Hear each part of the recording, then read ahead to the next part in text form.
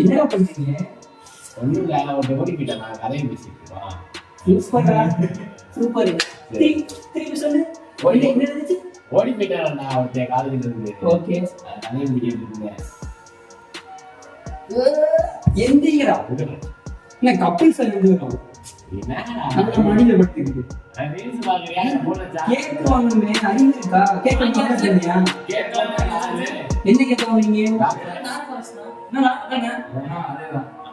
Cake தான் வாங்குறீங்க. Cake வாங்கிட்டு அப்படி லவ்வர்ஸ் போய் கொடுத்துருக்கீங்க ரெண்டு பேரும். என்ன சொன்னேன்? கேக் வாங்கிட்டு வாங்கிட்டா அதான் பண்ணிட்டு இருப்பான். என்னங்க ஸ்நாக்ஸ் ஜூஸ் எங்க வைக்கிறது? நீ படிக்கிறது காது.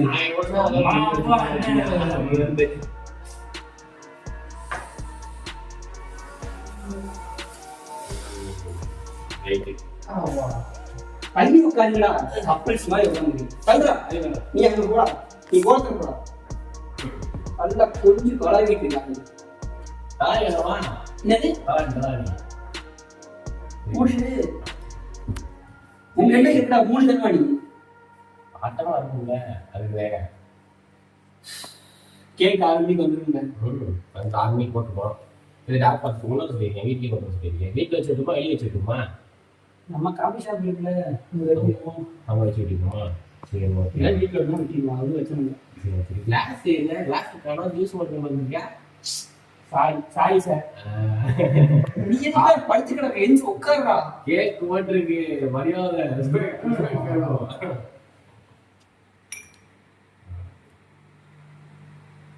என்னடா அது நீங்க சொல்லுவா வர மாட்டானா?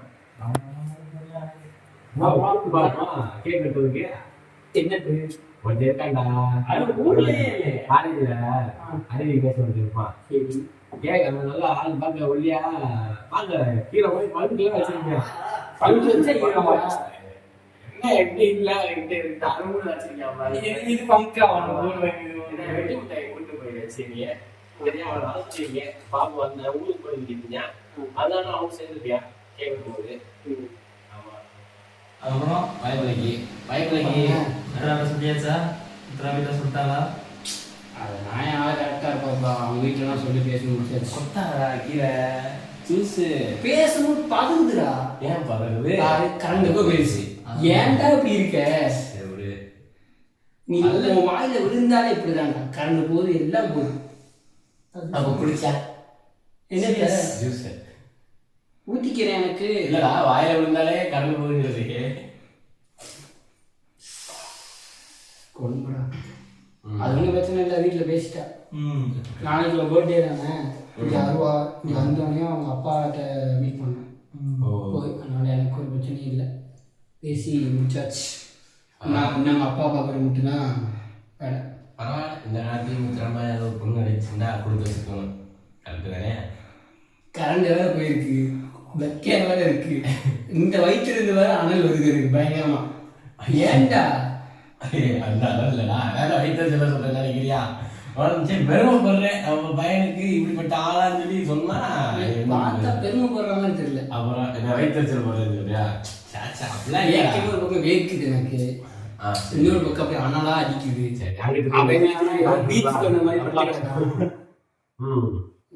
சொல்ல அவங்க காலேஜில் ஒரு கதை இருந்துச்சு சொல்லிருக்கீங்க, ஒரு பிள்ளை ஓடி போச்சு, அந்த கதையை கேட்டேன்.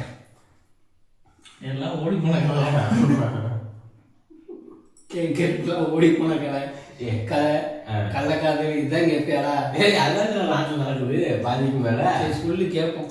ஒன்றும் இல்லடா, அவன் ஃப்ரெண்டோட இவன் இருக்கான்னு வச்சுக்கோ. இவன் வந்து ஒரு பிள்ளைய லவ் பண்ணுறான் சரியா? 3rd செமஸ்டர் தான் அந்த பிள்ளை வந்திருக்கு. சரி, இவன் வந்து 3rd செமஸ்டர் தான் வந்திருக்கான். நம்ம பையன் வந்து எப்படின்னா பக்கத்தில் யாரும் பேசுறதுக்கு ஆள் கிடையாது.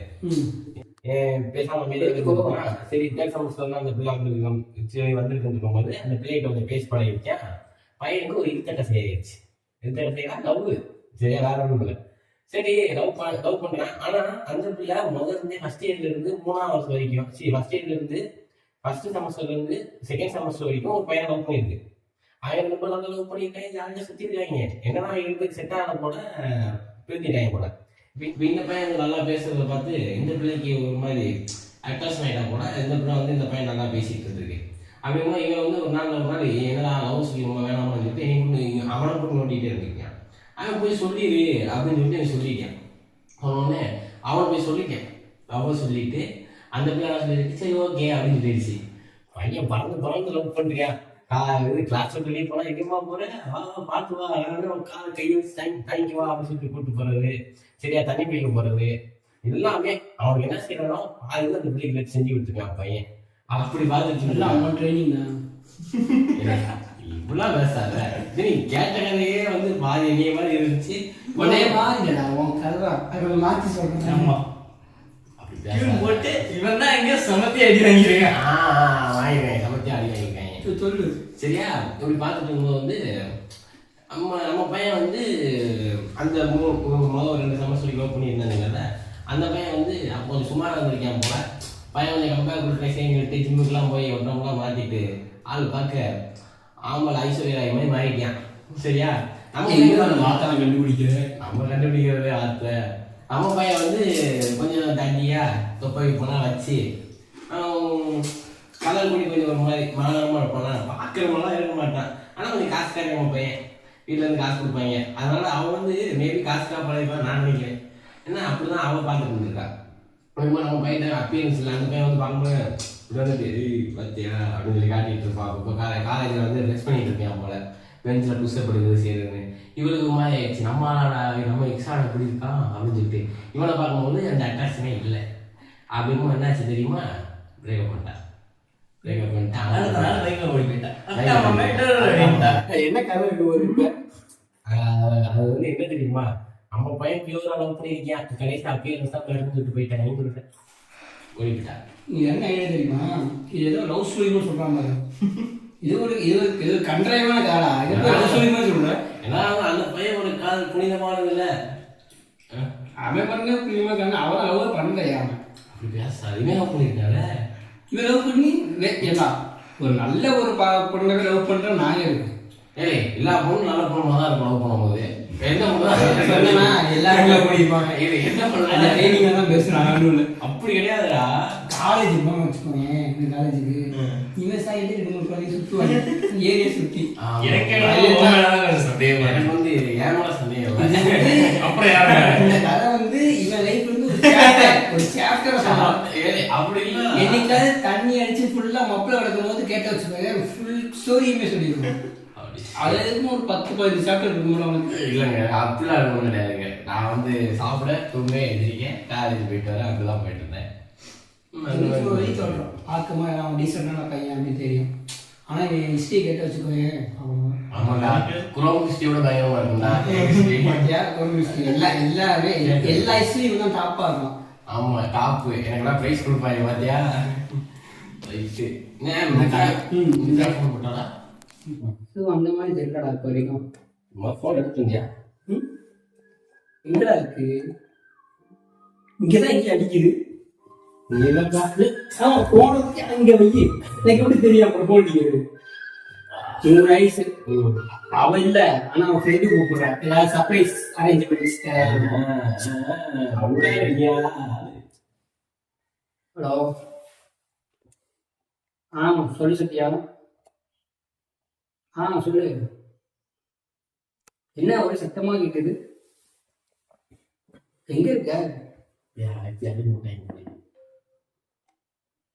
சரி சொல்லு.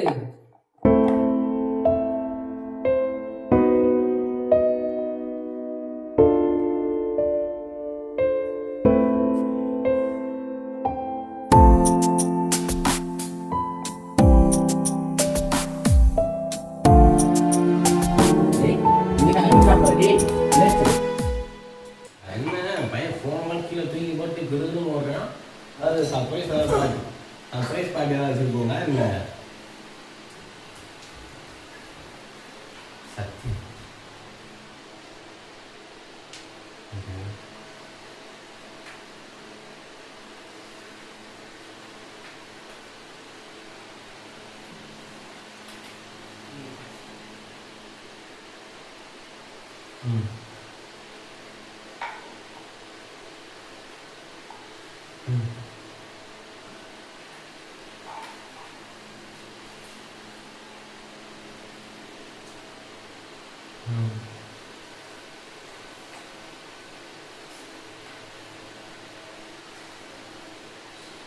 சத்யா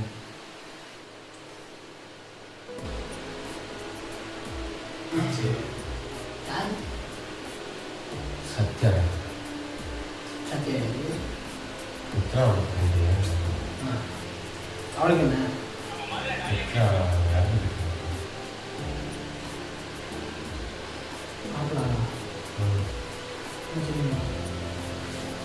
ஃபோன் பேசுனியா பேசிட்டு டக்குன்னு ஃபோன் என்ன போனியா நான் என்ன நினச்சேன் பையன் அவங்க தான் சர்ப்ரைஸ் பண்ணியிருப்பாங்க போல ஏமா ஆள் கூப்பிட்றாங்க போல இப்படி அப்போ போடியா ஆமா ஆள் கூப்பிட்றாங்க போல அப்படின்னு நினச்சி நான் நினச்சிட்டு சத்யா எல்லாத்தான் போயிருக்கேன் சத்யா வாய்ஸ் ஒரு மாதிரி இருந்துச்சு ஒரு மாதிரி அழுகுவா ஒரு மாதிரி அழுகுற மாதிரி இருந்துச்சு அழுகுதான் என்னம்மா கேட்டப்போ சொல்லா இத்தனை இறங்கிட்டா அப்படின்னு சொல்கிறா இப்படி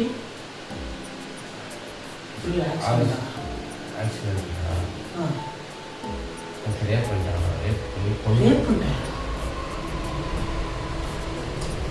ரேப் பண்ணிட்டு அந்த எப்பவுமே மித்ரா அழிக்கிறதா சரி சிக்கு 9 மணிக்கு முடிச்சுடுவான் சரியா எப்பயுமே முடிச்சுடுவான் சரி சத்யா எப்படின்னா அவன் பீஜியில் இருக்காங்களா அங்கே பீஜில் சத்யா மித்ரா அவங்க 3 பேர் இருப்பாங்க ஒரே பீஜி தான் மித்ரா எதுனாலும் சத்யாட்ட சொல்லியிருக்கான் எதுக்கு போகிறேன்டி இந்த நேரம் வந்துடுண்டி இந்த மாதிரி எதுனாலும் மித்ரா வந்து சத்யாட்ட சொல்லிடுவான் சொல்லியிருக்கான் வருவா செய்வான் அப்படி ஏதாவது இவங்ககிட்டே சொல்லிடுவான் அப்படி இல்லைன்னா எங்ககிட்டயும் சொல்லுவான் எனக்கு வந்து சத்யா இந்த மாதிரி 9 மணிக்கு வேகமாக சிஸ்டம் முடிச்சுட்டு போகிறேன் இந்த மாதிரி நாங்கள் பழகுனான் இந்த மாதிரி நான் ஃப்ரெண்ட்ஸ் சொல்லியிருக்கேன் விட்டாங்க இவன் ஃபோன் பண்ணுவாங்க இப்படி நான் இந்த மாதிரி 9 மணிக்கு முடிச்சு வெளியே 6 மணிக்கு ஃபோன் முடிச்சு சரி விட்டான் நைட் 12 மணி ஆயிடுச்சு வரல விட்டுறா இதை பார்த்துட்டு சத்யா ஒரு பயமாயிடுச்சு எதில் போயிருப்பா எதில் போவா அவருக்கு பஸ்ஸில் போயிட்டு வாடா 9 மணிக்கு பஸ் வந்துடுவான் சரி சரியா ஃபோன் போட்டிருக்கான் இவ நம்ம மித்ரா வந்து சத்யா ஃபோன் போட்டான் ஃபோன் பண்ணும்போது மொபைல் ஃபுல்லிங்க வந்து எடுக்கல போல இவனுக்கு வந்து என்ன பயம்னா யாருக்கெல்லாம் இருந்தாலும் சொல்லிடுவான் இவருக்கு வந்து மிஸ் பண்ணவங்க கேட்கட்டும் நைட்டு கேட்கலாம் சொல்லிடுவா இவங்க ஃபோன் எடுக்கல ஃபுல்லிங்காக வந்து எடுக்கல இவங்க ஃப்ரெண்ட்ஸ் எல்லாம் ஃபுல்லிங் போட்டாங்க எடுக்கல எதுக்கு எல்லா ஃப்ரெண்ட்ஸையும் கேட்டாங்க என்ன எதுவுமே சொல்லலை யாருக்குமே எதுவுமே தெரியல உழப்பா அந்த விஷயத்துக்கு என்னாச்சு என்ன ஆச்சுன்னா அந்த மாதிரி சொன்னாங்க அவை இதாயிட்டா இறந்து போயிட்டா ரேப் அவன் தெரியாது இறந்துட்டான்னு தான் சொல்லியிருக்காங்க அதான் இப்போதான் என்கிட்ட ஃபோன் போலீஸ் கேஸ் போட்டிருக்காங்க போலீஸை போய் கேட்டுருக்காங்க போலீஸ்கிட்ட இவங்களுக்கு எங்கே இருக்கானே தெரியல போலீஸ்கிட்ட போய் கம்ப்ளைண்ட் கொடுத்துருக்காங்க கம்ப்ளைண்ட் கொடுத்தா காலையில் அவங்க பாஸ் தேடி இருக்காங்க பாடி கிடச்சி பாடியை மட்டும் அந்த ஆஃபீஸ் பக்கத்தில் ஒரு காடு இருக்குது அந்த காட்டில் தான் பாடி இருந்தது ரொம்ப 6 நாள் வச்சு ரேப் பண்ணியிருக்கேன் போட்டாங்கன்னா ஈரப்படாது ரத்தமாக தான் இருக்கு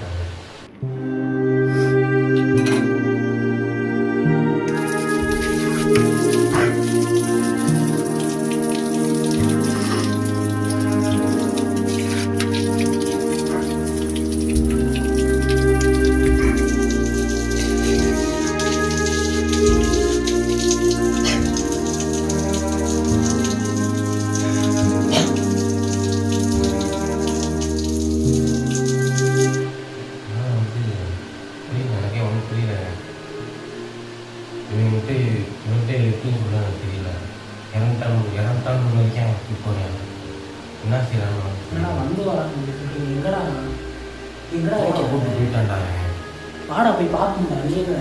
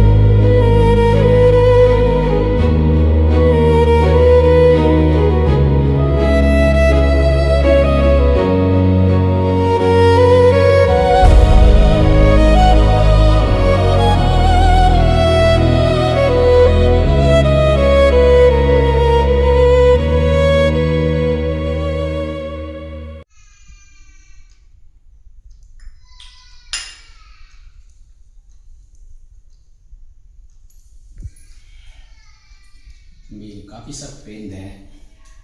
அது நீங்கள் வீட்டில் இருக்கீங்கன்னாங்க உங்கள் ஃப்ரெண்ட்ஸு, அதான் வீட்டுக்கு வந்தது. ஏன் இவ்வளோ நீங்களும் சோகமாக இருக்கீங்க முடிஞ்சிருக்கீங்க? அப்புறம் எனக்கு ஒரு ரொம்ப நாளாக ஒரு 20 நாள் ஆச்சு. இப்போ நம்ம மித்ரா யாராவது தெரிஞ்சிருக்கும், உங்கள் ஃப்ரெண்ட்ஸ் எல்லாம் சொல்லியிருப்பாங்க, உங்கள்கிட்ட எல்லாமே சொல்லியிருப்பாங்கன்னு நினைக்கிறேன். எனக்கு ஒரு சின்ன வருத்தம் மட்டும் இருக்குது தம்பி உங்கள் மேலே. என்னன்னா, மித்ரா இறந்து ஒரு 20 நாளுக்கு நானும் காரியத்துக்கு கூட உங்களை எதிர்பார்த்தேன். காரியத்துக்கு கூட நீங்கள் வரலை. என்ன பிரச்சனை தம்பி? மித்ரா உங்களை பற்றி நிறையா சொல்லியிருக்காப்புல என்கிட்ட. ஏன்னா உங்கள் வாழ்க்கையுடைய பெரும்பகுதியை அவள் என்கிட்ட வந்து பிறந்திருக்கா. அவளும் எங்களுக்கு வந்து எப்படி பிறந்திருப்பா வச்சுக்கணும் உங்களுக்கு சொல்லியிருப்பாளான்னு தெரியல. எனக்கும் என் ஒய்ஃபுக்கும் 10 வருஷம் குழந்தை இல்லாமல் அவள் பிறந்தவ தம்பி. ஏன்னா வந்து அளவு கடந்து அவள் தான் உலகம்னு வந்தா, அவளும் எங்களுக்காக எங்களை மட்டுமே அவள் உலகம் நினச்சி வாழ்ந்தது தம்பி.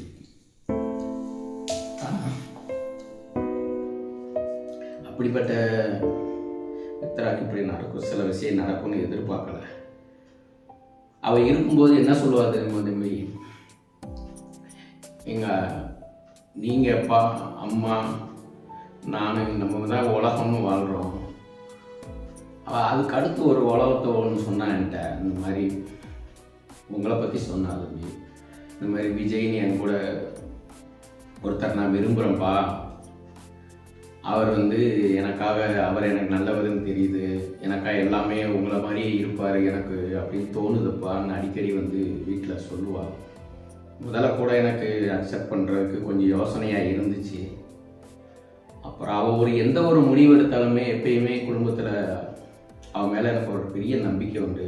அவங்க அம்மாட்ட பழகிறத விட என்கிட்ட தான் தம்பி அதிகமாகவே பேசுவாள். எல்லா விஷயம் அதில் கூட அவள் அம்மா செல்ல சண்டை போடுவாள் அடிக்கடி. உங்கள் பொண்ணு உங்கள்கிட்ட தான் பேசுகிறா, என்கிட்ட பேச மாட்டேங்கான்னு அடிக்கடி சொல்லுவாள். ஆனால் அவள் சொல்கிறப்பெல்லாம் அடிக்கடி உங்கள் பேச்சு சொல்லும் போது ஒரு சந்தோஷம் இருக்கும்.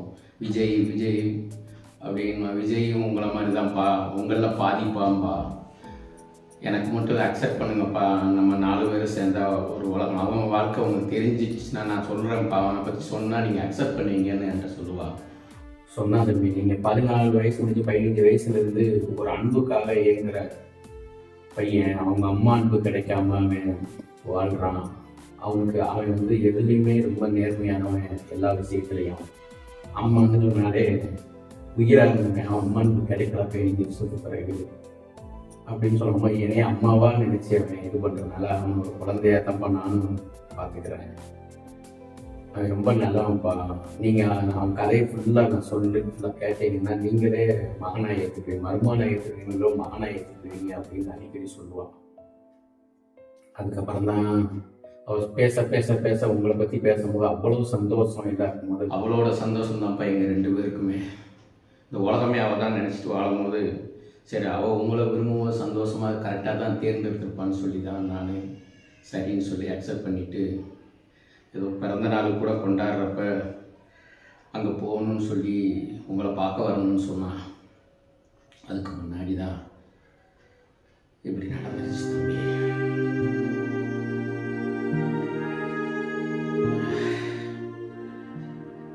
ஆனால் இப்படி நடக்கும்னு கற்பனை கூட நினைக்கவே இல்லை. ஐடி கம்பெனியில் வேலை பார்க்கும்போது அவரோட ஃப்ரெண்ட்ஸோட நல்லா ஜாலியாக போயிட்டு வருவா. ஃப்ரெண்டு சத்யா இவங்கெல்லாம் வீட்டுக்கு வருவாங்க போவாங்க, அவ்வளோ சந்தோஷமாக இருப்பா.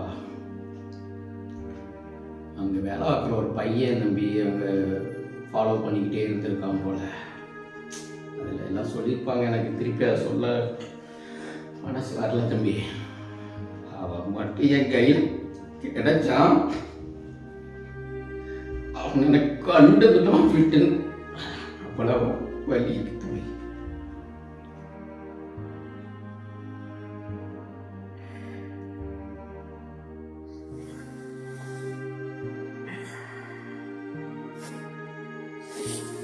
அவங்க தம்பி அவங்க அடிக்கடி சொல்லும் போது மருந்துங்க சொல்லாதீங்க மகன்னு சொல்லுவா. அவனுக்கு நம்மளாம் கிடைச்சா நம்மளோட சேர்ந்து அவனும் 4 பேரும் சந்தோஷமாக பின்னாடி வாழ்வோம். அவனுக்கு அம்மா அவனுக்கு எதெல்லாம் மிஸ் ஆச்சோ அதெல்லாம் நம்ம கொடுக்கணுமான்னு சொல்லுவா. அதுக்காக இப்போ உங்களை நேராக இதை தான் பார்த்துருக்கேன். எனக்கு சின்ன மன வருத்தம்னா ஏன் நீங்கள் காரியத்துக்கு வராமல் இருந்தீங்க தம்பி? எனக்கு அது உறுத்தலாகவே இருந்தனால தான் நம்ம ஏன் காரியத்துக்கு வரல, அந்த தம்பி இவ்வளவு சொன்னாரே நம்ம மக, ஆனால் தம்பி ஏன் காரியத்துக்கு வரலன்னு உறுத்திக்கிட்டே இருந்தனால தான் இன்றைக்கி நான் உங்களை பார்த்துட்டு அப்புறம் அவங்க அம்மா இன்னும் அவள் இறந்ததாகவே அவள் நினைக்கல. அவள் உலகத்திலேயே வாழ்கிறா. இன்னும் மித்ரா இருக்கிறான்னு தான் அவளுக்கு உடம்பு சரியில்லாமல் அவளை நான் பார்த்துக்கிட்டு இருக்கேன். என் பிஸ்னஸ் வந்துட்டு இப்போ அலைஞ்சிட்டு இருக்கனால அவளையும் பார்க்குற பொறுப்பில் இருக்கிறனால அவள் எந்த நேரம் மித்ரா இருக்கிறா வாழ்கிறானே நினச்சிட்டு இருக்கா. அதனால சரி ஒரே இடையில உங்களையும் சந்திச்சுட்டு கேட்டு போகலாம். நீங்களும் வாங்க அடிக்கடி. அங்கே உங்களுக்கு நான் அப்பா மாதிரி அவள் அம்மா தான். இயற்கையிலே அப்படித்தான். மருமகனாக தான் வர முடியல. மகனாவது நீங்கள் வந்து அம்மா மித்ரா அம்மா பாருங்கள், எங்களையும் பாருங்கள். எங்களுக்கு வேறு மித்ரா விட்டதுக்கப்புறம் உங்களுக்கு யாருமே எங்களுக்கு இல்லை.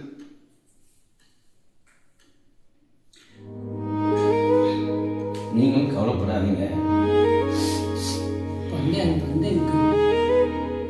இல்லைங்களா நான் வந்து கூட்டத்தில் நான் எல்லாம் இருந்தாங்க, உங்களை பார்க்கவே இல்லையே. ஒரே கூட்டமாக இருந்துச்சு எனக்கு. என்னால் இறுதி இது வரைக்கும் இருக்க முடியல. அங்கே என் மித்ரா இறந்துட்டான்னு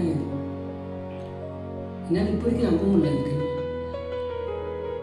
நானும் எவ்வளோ அழுகையும் ஆரம்பிக்கிறது. எனக்கு என்னாச்சுன்னு தெரியும். வந்தேன் அங்கே. ஆனால் ஒரு கட்டத்துக்கு மேலே இறுதி சங்கம் நடக்கும்போது அது எனக்கு என்னன்னே தெரியல. அது என் மித்ரா, அது என் மித்ரா சார்ந்து. ஏன்னா கடைசி நேரத்தில் இருக்க முடியும். ஒரு மாதிரி ஒரு பண்ணி வச்சிருக்கேன். அதனால் அங்கிருந்து அப்படியே ஓடிட்டேன். ஊரை விட்டு எவ்வளோ தூரம் வர முடியுமோ அவ்வளோ தூரம் வந்துட்டேன். நான் இப்போ வரைக்கும் என் மித்ரா சார்ந்து இருக்கேன், உயிரோட தான் இருக்கேன். மனசு குழப்பாதீங்க தம்பி. நீங்கள் மருமகனாக மகன் தான் எனக்கு உங்கள் உடல்ல ரொம்ப எனக்கு முக்கியம். அவளை தான் பறி கொடுத்துட்டேன். அதனால உடம்பு பாருங்க, ரொம்ப விடிஞ்சிருக்கீங்க. உங்கள் உடம்பு கருத்தெல்லாம் பார்த்துக்கோங்க. அடிக்கடி அம்மாவை பாருங்க வந்து பாருங்க. இந்த நாளை பற்றி என்ன சொன்னாங்க? அதே சொன்னாங்க. நோய் பற்றி தெரியுமா? நீங்கள் மொத்தமாக சொல்லியிருக்காங்க. இந்த மாதிரி ஒருத்தர் டிஸ்டர்ப் பண்ணிட்டே இருக்கான் அப்படின்னு சொல்லிட்டே இருந்தேன். நான் சரி என்னன்னு பார்க்குறேன். அவள் இல்லை, இதுதான் ஒரு பெரிய பிரச்சனை இல்லை, நான் பார்த்துக்குவேன், நீ எதுக்கான டென்ஷன் ஆகாத, உன் வேலையை பாருன்னு சொல்லிட்டேன். நானும் சரி அது பெரிய பிரச்சனை இல்லை, அவளே சமாளிச்சுப்பா அப்படின்னு நினச்சேன். அவள் கொஞ்சம் போல்டான பொண்ணா அவளே சமாளிச்சுப்பான்னு நினச்சேன். ஆனால் அது இப்படி வந்து நிற்கும்னு நினைக்கவே இல்லை. எனக்கு எல்லாமே அவள் தான் இருக்கு. எனக்கு எதுவும் தெரியாது. அவள் மட்டும்தான் போலீஸ் என்கொயரி பண்ணிட்டு இருக்காங்க. எங்கிட்டு ஒழிஞ்சிருக்கான்னு தெரியல. அவள் மட்டும் எங்கேயாவது சிக்குனா போயும் அவள் பர்த்டே அன்னைக்கு அனுப்பி நடக்கணும். என்னென்னமோ நினச்சிருந்தேன். அன்றைக்கி தான் சொல்லியிருந்தேன் என்கிட்ட, எங்கள் வீட்டில் இன்ட்ரடியூஸ் பண்ண போகிறேன், கரெக்டாக என் பர்த்டே அன்னைக்கு அந்த காஃபி ஷாப் இருந்தது, நான் வரவும் மறுபடியும் சேர்ந்து போய் பார்க்கலாம் அப்படின்னு சொன்னாங்க. நாங்கள் என்ன ஃப்ரெண்ட்ஸோட கேட்க தம்பி நான் தான் பிஸ்னஸ் செய்யணுமா நீங்கள் அடுத்த பர்த்டே அன்னைக்கு உங்களுக்கு மீட் பண்ணுறோம்னு சொன்னேன். என்கிட்டையும் சொன்னான். எப்பயும் ஃபோன் அடிப்பேன். எனக்கு அவளுக்கு அன்னைக்கு அடிச்சுட்டே தான் இருந்தேன், எடுக்கலை. சரி ஏதோ வேலை பிஸியாக இருக்கா, வந்துடுவான்னு நினச்சேன் டைமுக்கு. எப்பயும் கரெக்டாக வந்துடுவாங்க. 6 மணிக்கு கரெக்டாக காஃபி ஷாப்புக்கு வந்துடுவோம். அதே மாதிரி தான் அன்றைக்கும் சொன்னான், நான் கரெக்டாக வந்துடுவேன். கடைசியில் போய் வந்துடுச்சு. நான் இப்போ அது வந்து சரி நீங்கள் எதையும் யோசிக்க. எங்கள் அம்மா தான் ரொம்ப கவலையாக இருக்காங்க. அப்பா எப்படி இருக்காங்க?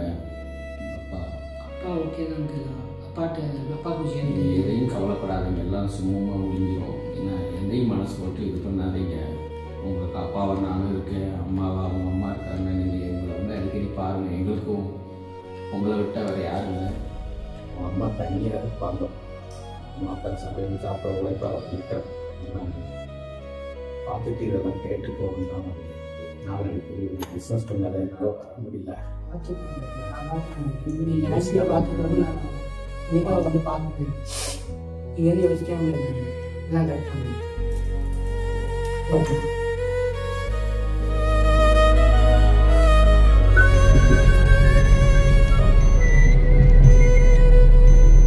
ஹலோ சொல்றா. முட்டா ஒன்று எதுக்கு சேர்த்துமாங்க பாடி மட்டும் நம்ம இருக்கா முண்டை மட்டும் தனியா 3 வெளியில் இருப்பாங்க வெட்டி கண்டதுரமா இருக்கிறாங்க.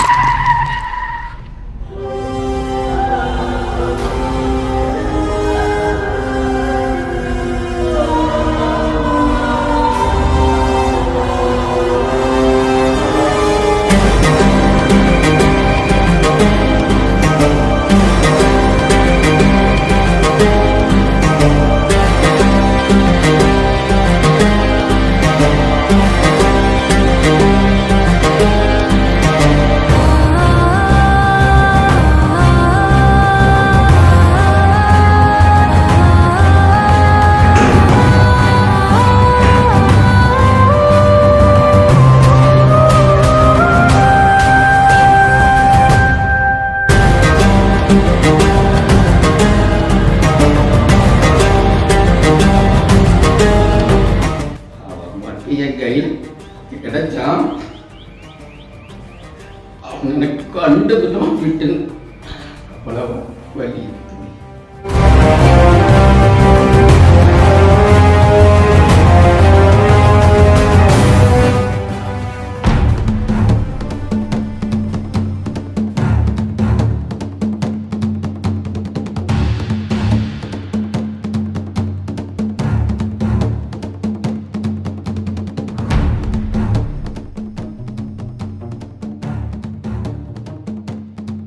உன்னை அவர் சீக்கிரம் கொல்ல மாட்டேன்டா.